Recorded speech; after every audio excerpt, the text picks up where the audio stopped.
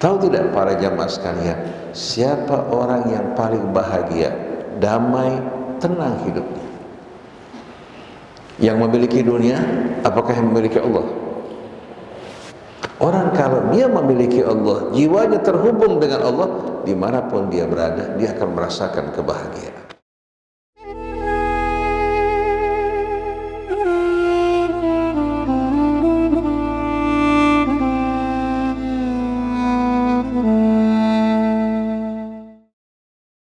A'udzu billahi minasyaitonir rajim. Bismillahirrahmanirrahim.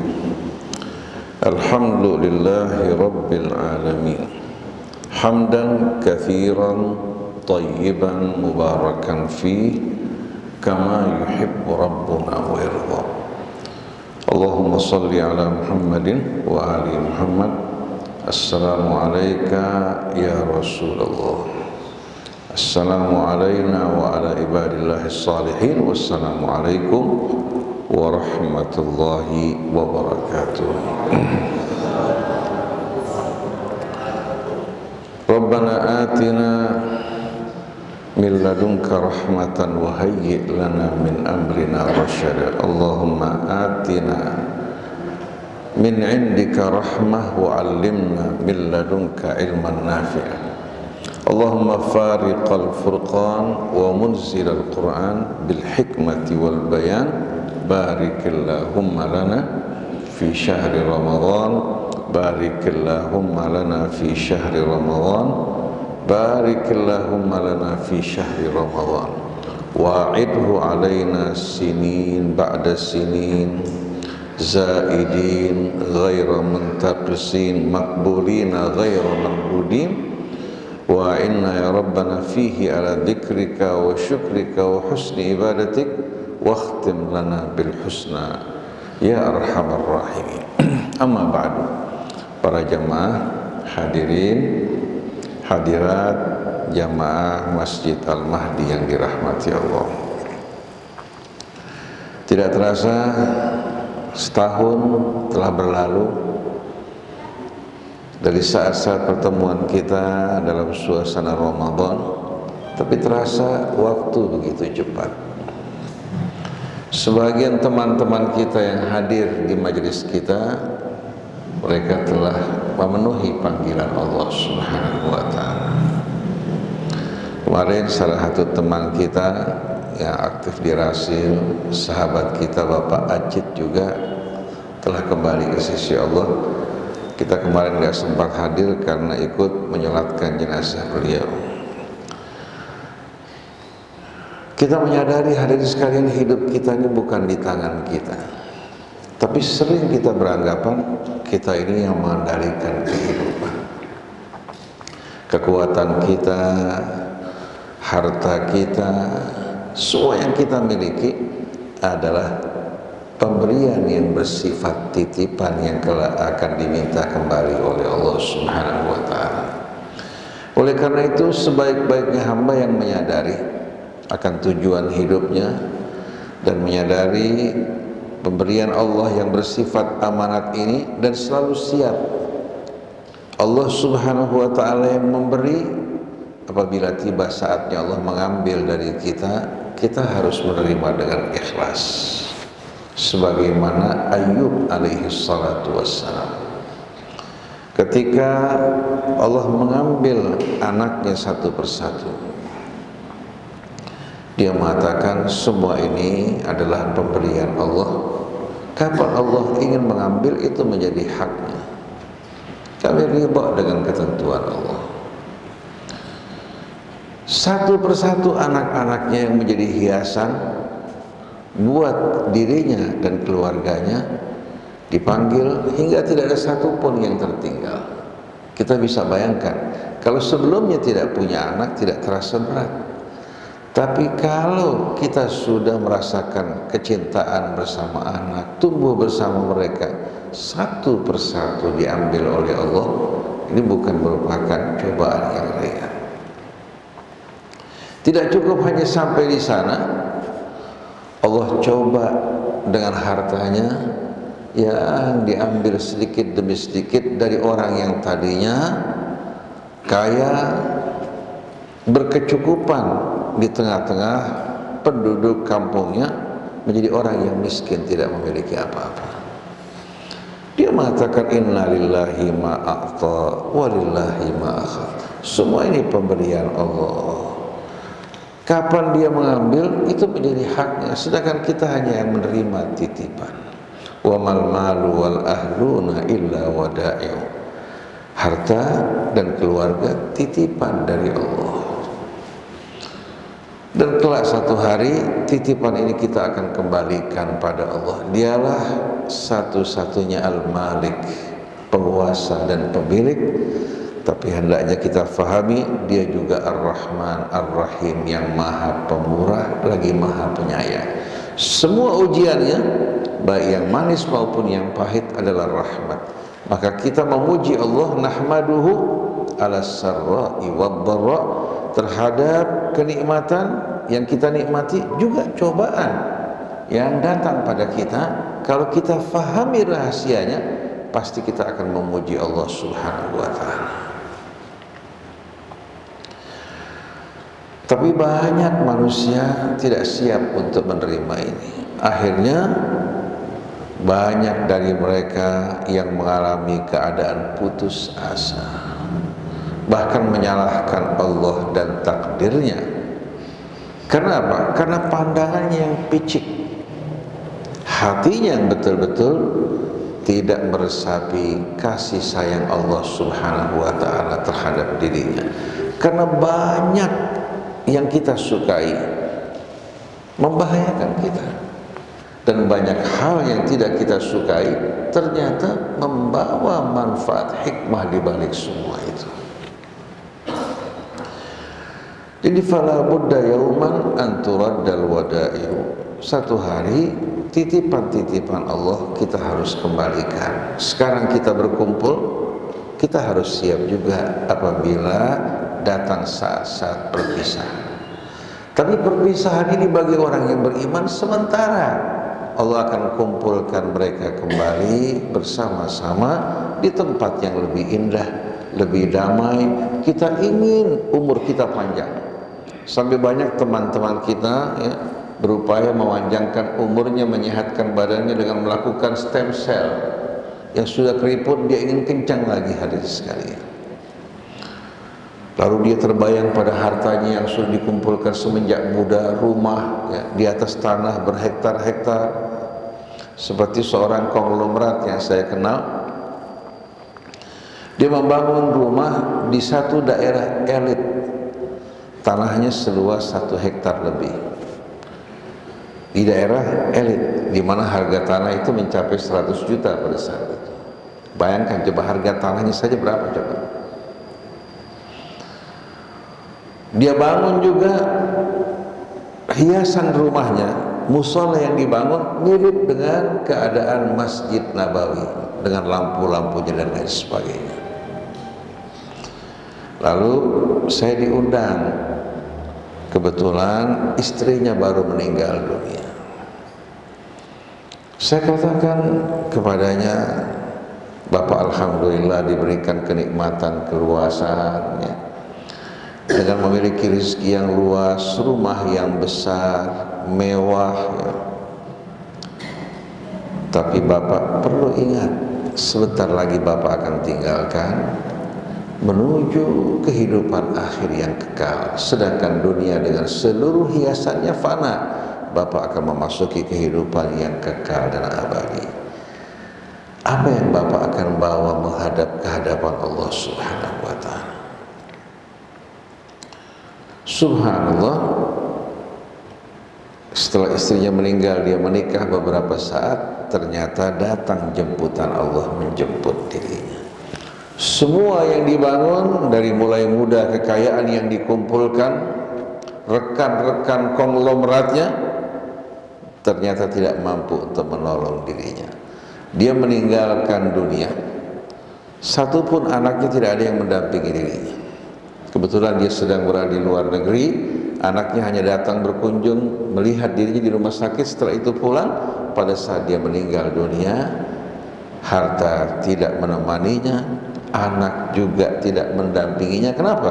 Karena dia terbiasa melalui kehidupannya seperti ini. Kehangatan berumah tangga tidak terasa. Harta menjadi fokus perhatian. Dia pergi meninggalkan dunia, tidak ada satupun hiasan dunia yang dibawa. Ternyata waktu diantar menuju kuburnya, diantarkan sebagaimana keadaan orang-orang miskin, tidak memiliki apa-apa. Jadi para jamaah yang dimuliakan Allah Subhanahu wa ta'ala, kalau kita menyadari kehidupan kita ini fana, tapi nasib kita ini akan ditentukan oleh sikap perbuatan kita, yang akan menentukan kita masuk ke dalam surga, ke dalam rahmat Allah, atau akan mendekam dalam azab api neraka. Semua tergantung pilihan kita semua. Dan Allah akan membantu kita sesuai dengan pilihan usaha kita. Siapa yang menginginkan kehidupan dunia, Allah berikan, tapi di hari akhirat tidak akan mendapatkan apa-apa. Yang menginginkan kehidupan akhirat, Allah berikan bukan hanya akhiratnya, tapi dunianya Allah berikan buat dirinya. Tahu tidak para jamaah sekalian, siapa orang yang paling bahagia, damai, tenang hidupnya? Yang memiliki dunia, apakah yang memiliki Allah? Orang kalau dia memiliki Allah, jiwanya terhubung dengan Allah, dimanapun dia berada, dia akan merasakan kebahagiaan. Mungkin orang mengatakan, kesian dia tidak memiliki apa-apa, padahal yang dimiliki lebih besar dari apa-apa yang mereka miliki. Sampai dalam satu ungkapan yang diungkapkan oleh para salihin al-arifin, mereka berkata pada murid-muridnya, kalau raja-raja, orang-orang yang berharta tahu akan kenikmatan yang kita rasakan, mereka akan mengarahkan pasukannya untuk merampas kenikmatan tersebut. Tapi ternyata mereka tidak akan mampu meraihnya, karena ini bukan dengan harta, bukan dengan kedudukan, bukan dengan pasukan, tapi tuma'ninatun nafsi, ketentraman jiwa, apalagi pada saat dia merapat bermunajat pada Allah, pada saat dia rukuk dan sujud, meresapi betul-betul kebesaran, keagungan dan kasih sayang Allah terhadap dirinya. Semua hari sekalian, batasan-batasan materi akan hilang. Ini kenikmatan yang Allah Subhanahu wa ta'ala anugerahkan bagi orang yang beriman. Walaupun dalam sebuah penjara, kalau dia bersama Allah, dia akan hidup bahagia, sebagaimana Nabi Allah Yusuf alaihi salatu wassalam. Ketika raja mengatakan, perintahkan Yusuf untuk keluar menghadap ke hadapan kami, Yusuf mengatakan tidak. Kalau dia keluar tapi kasusnya tidak dibuka kembali, aib akan melekat pada dirinya bahwa dia berselingkuh dengan istri orang yang merawat dirinya. Dia mengatakan, sebelum saya keluar, saya ingin kasus saya dibuka kembali. Waktu kasusnya dibuka, terbukti akan kebersihan dirinya, maka dia keluar karena kebersihannya, bukan karena koneksi raja. Dia bahagia ketika dia tumbuh di bawah perawatan pemuka negeri Mesir tersebut. Dia bersyukur padanya. Oleh karena itu ketika si wanita menggoda, dia mengatakan, innahu rabbi ahsana mathwaya. Bagaimana saya patut mengkhianati Tuanku yang merawat, mengasuh aku dengan penuh cinta kasih. Ketika si wanita memburu, dia berlari, bukan mengejar, malah dia berlari ke arah pintu. Ketika dia difitnah oleh wanita yang berhasrat terhadap dirinya, Allah bersihkan dirinya melalui seorang saksi yang berasal dari wanita tersebut. Ternyata wanita ini masih menyimpan nafsu ya, yang membakar dirinya. Dia bekerja sama dengan teman-teman wanitanya memaksa Yusuf, tapi Yusuf mengatakan, Rabbis sijnu ahabbu ilayya mimma yad'unani. Ya Allah, aku lebih suka mendekam dalam penjara daripada mengikuti hasrat mereka. Bukan hanya satu, hasrat mereka. Wa illa tasrif anni kaidahunna asbu ilaihinna wa akum minal jahilin. Kalau kamu tidak palingkan aku dari tipu daya mereka, aku takut akan tergoda, akhirnya terjerumus menjadi orang-orang yang bodoh. Sebagian orang menganggap penjara kehinaan, betul tidak? Tapi buat Yusuf penjara kebebasan, kebebasan dari godaan dan bujuk rayu syaitan. Buat sebahagian orang penjara itu membatasi gerak-geriknya. Buat Yusuf dalam penjara, sebagaimana dalam sumur Allah menganugerahkan baginya nikmat, rahmat dan karunia yang tak terhingga. Ketika dia keluar, dia mulia karena kemuliaan diri dan kebersihan dirinya, bukan karena dukungan penguasa. Ketika dia diberikan amanat jabatan, dia membawa rahmat keberkahan bukan hanya untuk penduduk Mesir, sampai ke wilayah Kan'an, ke wilayah Yerusalem yang terkena wabah paceklik juga terselesaikan, terpenuhi. Ketika saudara-saudaranya datang yang dulu pernah menjerumuskan dirinya ke dalam sumur, mereka mengatakan, kalau gitu kamu ini Yusuf. Setelah terbongkar rahasianya, dijawab, betul saya Yusuf. Wa hadza akhi, ini saudaraku. Laqad mannallahu alaina. Allah telah melimpahkan anugerahnya yang tak terhingga untuk kami. Dia berasal dari Allah, bukan dari pembesar, bukan dari penguasa. Karena bukan dia yang menerima manfaat dari raja, tapi dia yang memberikan manfaat untuk apa? Untuk rajanya, untuk penduduk Mesirnya, dengan rahmat dari Allah. Akhirnya saudara-saudaranya mengatakan, laqad atharakallahu alaina. Sungguh Allah telah mengutamakan kamu dari kami. Wa in kunna la khati'in, dan kami sadar dulu kami telah berbuat salah kepada kamu. Apa jawaban Yusuf? Innahu man yattaqi wa yasbir. Sesungguhnya siapa saja, bukan hanya saya sebagai seorang nabi, siapa saja. Dalam bahasa Arab, man itu isim mausul, yufidul umum, memberikan arti umum, bukan hanya terbatas pada Yusuf. Siapa saja yang bertakwa pada Allah, menjaga pesan Allah, wa yasbir, dan bersabar, fa innallaha la yudhi'u ajral muhsinin. Allah tidak akan menyia-nyiakan ganjaran orang-orang yang berbuat kebaikan. Ini janji dari Allah. Hukum Allah berjalan, bukan hanya penuh keadilan, kebaikan dibalas dengan satu kebaikan, dibalas berlipat ganda. Kita datang mendekat kepada Allah hanya satu jengkal, Allah datang satu depak menghampiri kita. Kita datang kepada Allah satu hasta, satu depak, Allah akan berlari hadirin sekalian menghampiri kita. Maksudnya apa? Allah lebih cepat menjemput kita daripada kita merapat ke sisi Allah. Karena Allah tidak pernah meninggalkan kita, wa huwa ma'akum aina ma kuntum. Orang yang hatinya bersama Allah tidak akan pernah putus asa, walaupun tidak memiliki sebab kehidupan. Sebagai contoh, Ibrahim ketika meninggalkan istri dan anaknya di padang yang tak bertuan, Sayyidah Hajar bersama Ismail masih dalam gendongan ditempatkan di padang yang tak bertuan. Apakah mereka putus asa? Apakah Hajar curiga pada suaminya karena pengaruh istri yang tua? Sama sekali tidak. Ketika suaminya pergi memberitahukan bahwa ini merupakan pilihan Allah, dia mengatakan, idzan lan yudhi'ana. Kalau gitu Allah tidak akan menyia-nyiakan kita. Allah kasih dari kematian lahir kehidupan. Tukhrijul hayya minal mayyit wa tukhrijul mayyita minal hayy. Dari tanah yang kering kerontang memancar air, mengundang manusia berkumpul, bahkan hewan-hewan, burung-burung juga berkumpul di tempat tersebut. Siapa yang menjadi pendiri? Wanita yang lemah bersama anak dalam gendongan, memberikan contoh melalui sikapnya bagaimana cara hidup. Ketika dia kehabisan bekal, dia bersa'i di antara Safa dan Marwah.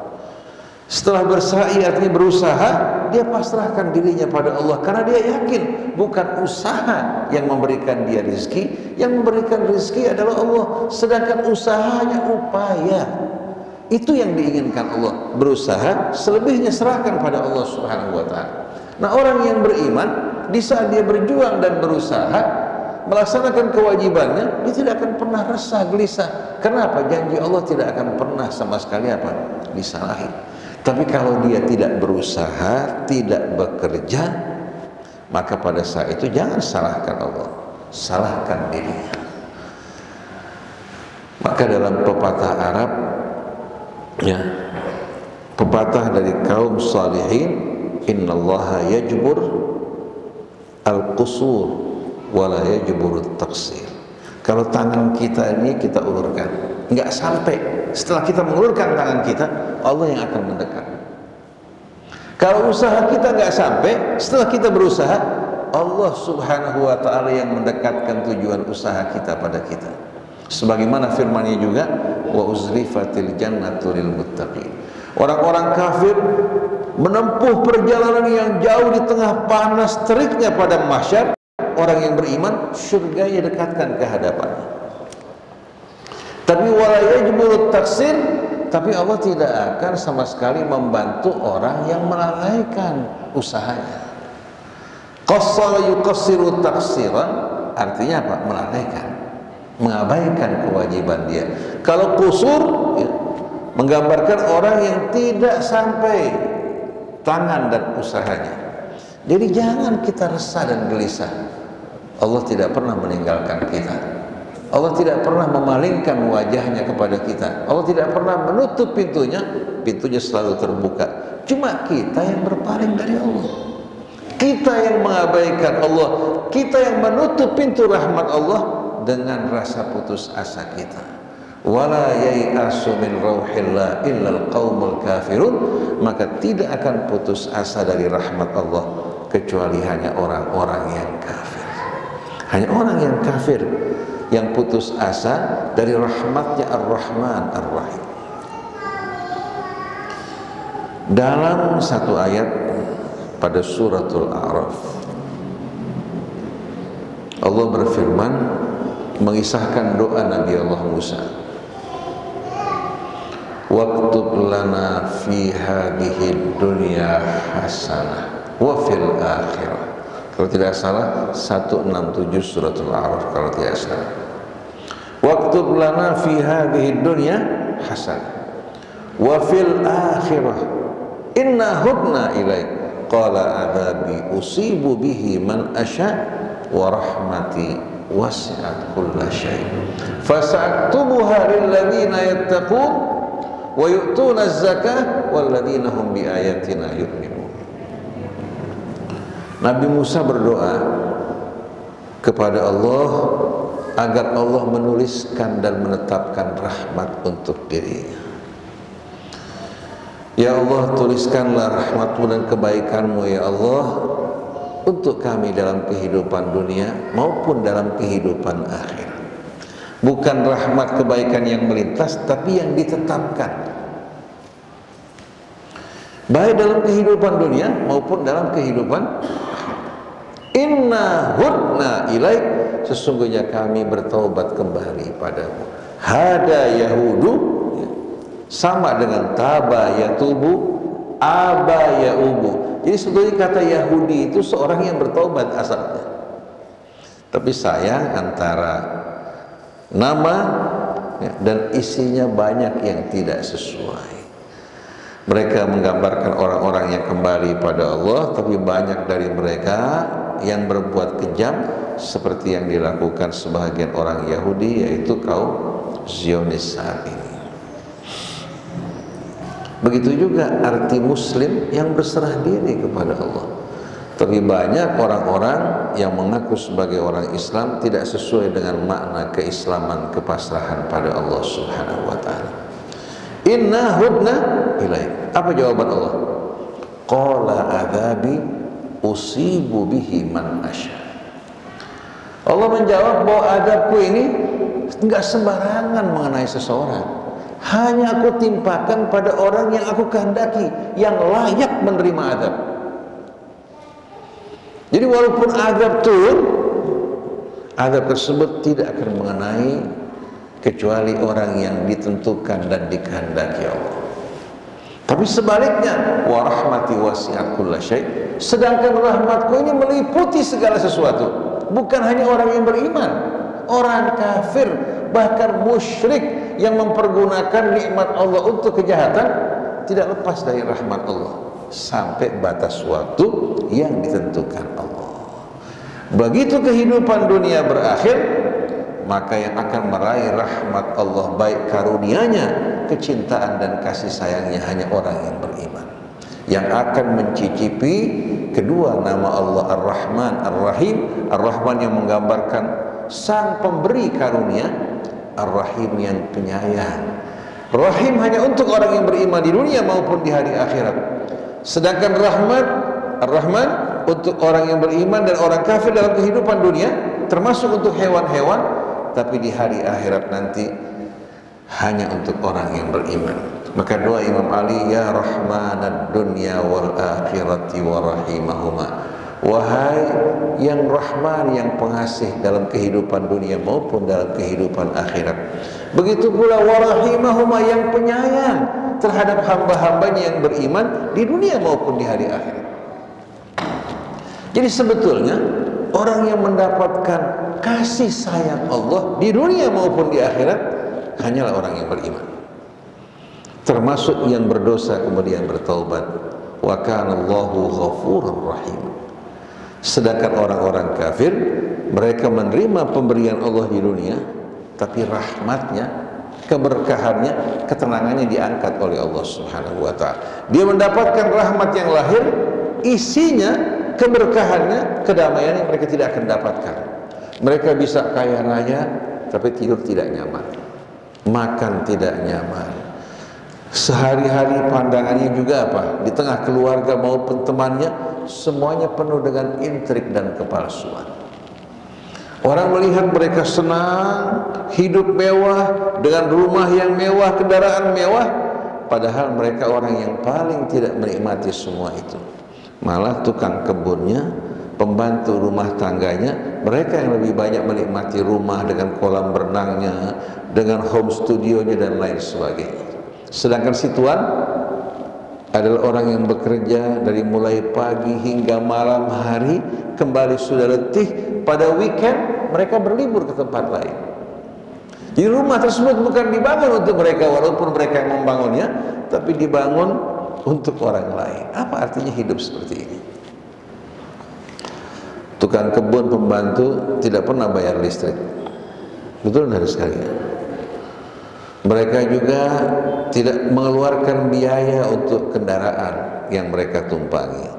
Mereka juga tidak membayar biaya untuk membersihkan rumah dan lain sebagainya. Mereka membersihkan, yang membayar Tuhan mereka. Apa yang kurang bagi mereka? Cuma memang kadang-kadang nafsu untuk memiliki ini yang membuat kita merana dan menderita. Padahal orang kalau bisa menikmati nikmat Allah walaupun tidak memiliki, dia akan hidup bahagia. Cuma sayang, wa qalilun min ibadiyasy syakur, sedikit sekali dari hamba-hambaku yang bersyukur pada Allah Subhanahu wa ta'ala. Nah, para jamaah hadirin yang dirahmati Allah Subhanahu wa ta'ala, tadi dalam surat Asy-Syams, Ustaz Hamzah telah menjelaskan panjang lebar kepada kita, di mana Allah bersumpah dengan matahari, begitu pula bersumpah dengan bulannya, untuk mengingatkan akan apa? Akan pentingnya kedudukan matahari bulan yang Allah ciptakan bagi kita semua, hingga lahirnya siang dan malam silih berganti. Juga kehangatan yang kita rasakan, yang dirasakan hewan-hewan, kehangatan matahari juga yang diserap oleh tumbuh-tumbuhan. Kalau seandainya Allah jadikan seluruh hari kita malam, maka tidak akan lagi ada tumbuh-tumbuhan, tidak akan lagi ada kehidupan di muka bumi. Kegelapan yang menyelimuti ini akan membuat betul-betul sebab-sebab kehidupan sedikit demi sedikit ada kepada. Begitu juga kalau seandainya Allah jadikan sepanjang hari kita siang, tidak terdapat malam, maka kehidupan juga sedikit demi sedikit akan punah. Suhu udara kita tidak akan lagi stabil seperti saat ini, akan menuju tingkat panas terik yang akan membakar kita semuanya. Oleh karena itu, dalam suratul Qasas Allah Subhanahu wa ta'ala ingatkan, ya, qul ara'aitum in ja'ala alaikumul laila sarmadan ila yaumil qiyamati man ilahun ghairullahi ya'tikum bidhiya. Katakan, kalau seandainya Allah jadikan bagi kalian malam sepanjang masa, siapa Tuhan selain dari Allah yang kuasa untuk apa? Menghadirkan bagi kalian siang, tempat kalian bekerja dan berusaha. Kira-kira hadirin sekalian, kalau sampai hal tersebut terjadi, ada tidak Tuhan selain dari Allah yang bisa melakukan hal tersebut? Cina pernah berupaya untuk membuat matahari buatan. Kira-kira untuk menerangi negeri Cina, berapa banyak biaya yang harus dikeluarkan? Kira-kira berapa hari sekali harus dikeluarkan untuk menerangi negeri Cina tanpa bergantung pada matahari? Seandainya mereka mampu untuk apa? Untuk menerangi, katakan, negeri mereka dengan cahaya buatan, cahaya buatan tersebut tidak mengandung unsur-unsur yang dibutuhkan manusia seperti apa yang ada pada matahari. Karena matahari bukan hanya membawa penerangan, bukan hanya memberikan penghangatan, tapi mengandung unsur-unsur yang dibutuhkan tubuh kita dan makhluk hidup. Oleh karena itu, tubuh yang tidak menyerap matahari walaupun diberikan nutrisi yang bermacam-macam, keadaannya beda dengan apa? Orang yang mendapatkan kehangatan sinar matahari. Begitu juga tumbuh-tumbuhan lain sebagainya. Termasuk juga matahari dengan cahayanya berperan dalam membersihkan kita dari virus, dari kuman, dari berbagai macam bahaya-bahaya yang menyerang kita semuanya. Matahari juga berperan untuk menguapkan air laut, menyulingnya, memisahkan di antara garam dan air, kemudian membumbung tinggi ke udara, datang peran angin untuk menggiringnya, mengumpulkannya, kemudian mendistribusikannya atas perintah Allah Subhanahu wa Ta'ala. Jadi kita perhatikan peran matahari, dari mulai nutrisi yang diberikan untuk kita, kehangatan, cahaya, kemudian penguapan air laut, semuanya tidak dapat sama sekali dilakukan oleh manusia. Tahu tidak para jamaah sekalian, Saudi Arabia untuk mensuplai kebutuhan airnya itu, mereka membangun tahliyah. Tahliyah ini merupakan apa? Merupakan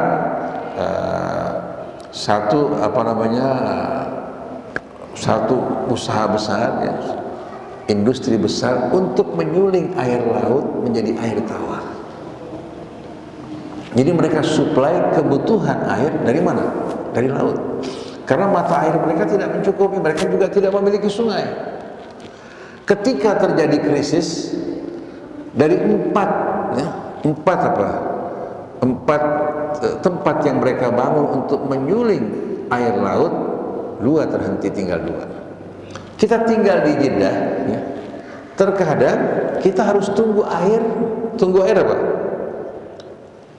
Keluar, katakan dari jam sekian sampai jam sekian. Kemudian setelah itu air berhenti untuk keluar. Jadi orang di rumah harus siap-siap menampung air. Itu berlangsung cukup lama ketika mereka mengalami krisis, padahal mereka kaya dengan sumber energi. Tapi kita di negeri kita, sungai-sungai yang mengalir, hujan yang turun, bumi yang menyerap mata-mata airnya semua, sayang semuanya kita rusak dengan tangan kita. Sungai tercemar, dari jernih berubah menjadi hitam, bernoda, bercampur dengan limbah-limbah industri. Sawah ladang kita juga tercemar. Kalau bermuncul berbagai macam penyakit, bukan karena Allah yang salah. Wa ma zalamahumullah walakin kanu anfusahum yadhlimun. Bukan Allah yang zalimi mereka, tapi mereka yang menzalimi diri mereka sendiri. Tapi manusia ini kalau terkena musibah, bukan mengoreksi diri mereka, bukan menyalahi diri mereka, tapi mereka selalu menyalahkan Allah. Ini orang yang ingkar dan tidak beriman pada Allah. Nah, faham semacam ini ternyata banyak diyakini oleh orang Islam, bahwa baik buruk semua telah ditentukan Allah. Sampai seorang ustadz ditanya, apakah betul kita ini sudah ditakdirkan untuk menjadi penghuni neraka atau penghuni surga? Si ustadz mengatakan betul. Lalu yang bertanya kembali maju ke bertanya, kalau gitu apa gunanya kita berusaha Ustaz? Si Ustaz menjawab, kamu pernah lihat gak nasib kamu? Bakal masuk neraka atau surga? Tidak. Kalau gitu kamu beramal. Kalau gitu kamu beramal. Jadi kesan yang ditanamkan di hati orang ini, Allah ini kejam. Allah menentukan orang masuk ke neraka, lalu Allah menghisab dirinya. Betul enggak? Padahal wa rahmati wasi'at kulla syai'. Rahmatku meliputi segala sesuatu. Fasa'aktubuha, maka aku tuliskan, tetapkan untuk siapa? Lilladzina yattaqun, untuk orang yang bertakwa. Ini ketentuan Allah. Kalau ingin rahmat Allah, jadi orang yang bertakwa. Wa yu'tuna zakah, dan mau mengeluarkan zakat mereka. Tidak kikir dengan harta mereka sebagai bukti cinta mereka pada Allah. Walladzina hum bi ayatihi yu'minun, dan mereka yang beriman kepada ayat Allah. Ini yang ditentukan Allah untuk menerima rahmatnya. Lalu dilanjutkan dengan sifat mereka. Ini sifat subhanallah diterangkan pada apa? Pada Taurat. Alladzina yattabi'una ar-rasulan nabiyyal ummi alladzi yajidunahu maktuban indahum fit Taurati wal Injil ya'muruhum bil ma'ruf wa yanhahum 'anil munkar wa yuhillu lahum at-thayyibat wa yadh'u anhum israhum wal aghlal allati kanat 'alaihim. Lalu Allah jelaskan yang akan mendapatkan janji Allah mereka yang mengikuti Rasul Nabi Al-Ummi. Sebelum beliau menerima wahyu, beliau betul-betul dalam keadaan ummi, bagikan anak yang baru dilahirkan ke dunia ini bersih, tidak tercemar oleh perbuatan jahiliyah, dan tidak mendapatkan juga biasan pendidikan jahiliyah. Begitu beliau menerima wahyu, baru beliau mendapatkan pendidikan langsung dari Allah Subhanahu wa ta'ala. Sebelumnya yang diikuti sisa ajaran kakeknya Ibrahim. Dia merasa jijik terhadap tradisi kaum yang menyembah berhala hingga banyak mengasingkan diri di Gua Hira, memohon rahmat dan petunjuk dari Allah serta mempersiapkan misinya sebagai seorang nabi dan rasul. Ada yang bilang nabi waktu diangkat tidak menyadari dirinya sebagai seorang nabi, sampai dari ketakutan dia ingin lompat dari puncak bukit untuk bunuh diri. Masa Nabi Isa semenjak bayi sudah tahu dirinya sebagai nabi? Qala inni Abdullah ataniyal kitab wa ja'alani nabiyya. Dari mulai bayi Nabi Yahya telah mendapatkan kabar gembira untuk orang tuanya bahwa dia akan diangkat sebagai nabi. Innallaha yubashshiruka bi Yahya musaddiqan bi kalimatin minallah wa sayyidan wa hasuran wa nabiyyan minas salihin. Ibu Nabi Musa telah mendapatkan ilham wahyu dari Allah tentang anaknya. Masa Nabi kita Muhammad sallallahu alaihi wasallam tidak mendapatkan pemberitahuan sebelumnya? Bukankah waktu dia masih kanak-kanak dibawa oleh Abu Thalib ke negeri Syam, seorang pendeta sudah mengatakan segera bawa anak kamu, jangan sampai orang-orang Yahudi melihat dia, mereka akan membunuhnya karena dia bukan nabi dari Bani Israel. Awan menaungi dia. Jadi banyak riwayat-riwayat Israiliyat yang merusak kemuliaan keagungan Nabi kita Muhammad sallallahu alaihi wasallam. Termasuk riwayat di seputar suratul Muzammil dan Muddathir. Kalau orang baca, orang temukan kepalsuannya. Nanti insya Allah kita akan bahas masalah ini. Jadi para jamaah yang dijamin oleh Allah untuk menerima rahmatnya yang mengikuti Rasul Nabi Al-Ummi, yang mereka jumpai sifat-sifatnya dalam kitab Taurat maupun Injil, yang mengajak kepada yang ma'ruf. Ini ciri dari umat Nabi ini, mereka mengajak kepada yang ma'ruf, segala kebaikan. Wa yanhahum 'anil munkar, bukan hanya tidak berbuat mungkar, bahkan mereka aktif dalam memerangi yang mungkar. Wa yuhillu lahum at-thayyibat, semua yang baik dihalalkan.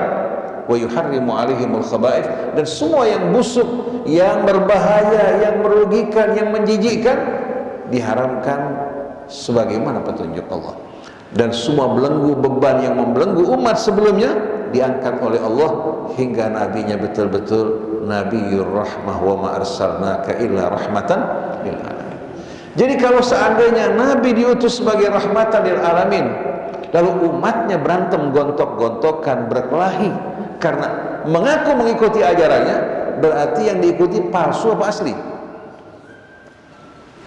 Jadi kalau umatnya bukan menaburkan rahmat, malah menaburkan fitnah, kebencian, permusuhan, lalu mereka mengaku sebagai pengikut Quran maupun Sunnah, atau mereka mengaku sebagai pengikut keluarga Rasul, kita pastikan kamu mengikuti jalan yang salah. Kamu diperdayakan oleh syaitan. Yang kamu ikuti ajaran syaitan, tapi kamu mengklaim sebagai pengikut sunnah Nabi atau pengikut keluarga Nabi.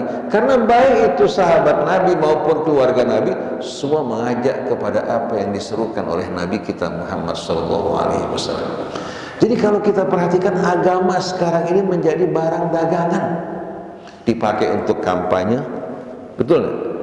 Baik itu kampanye untuk wali kota, gubernur, kemudian juga presiden, masing-masing kan pakai ulama, betul nggak?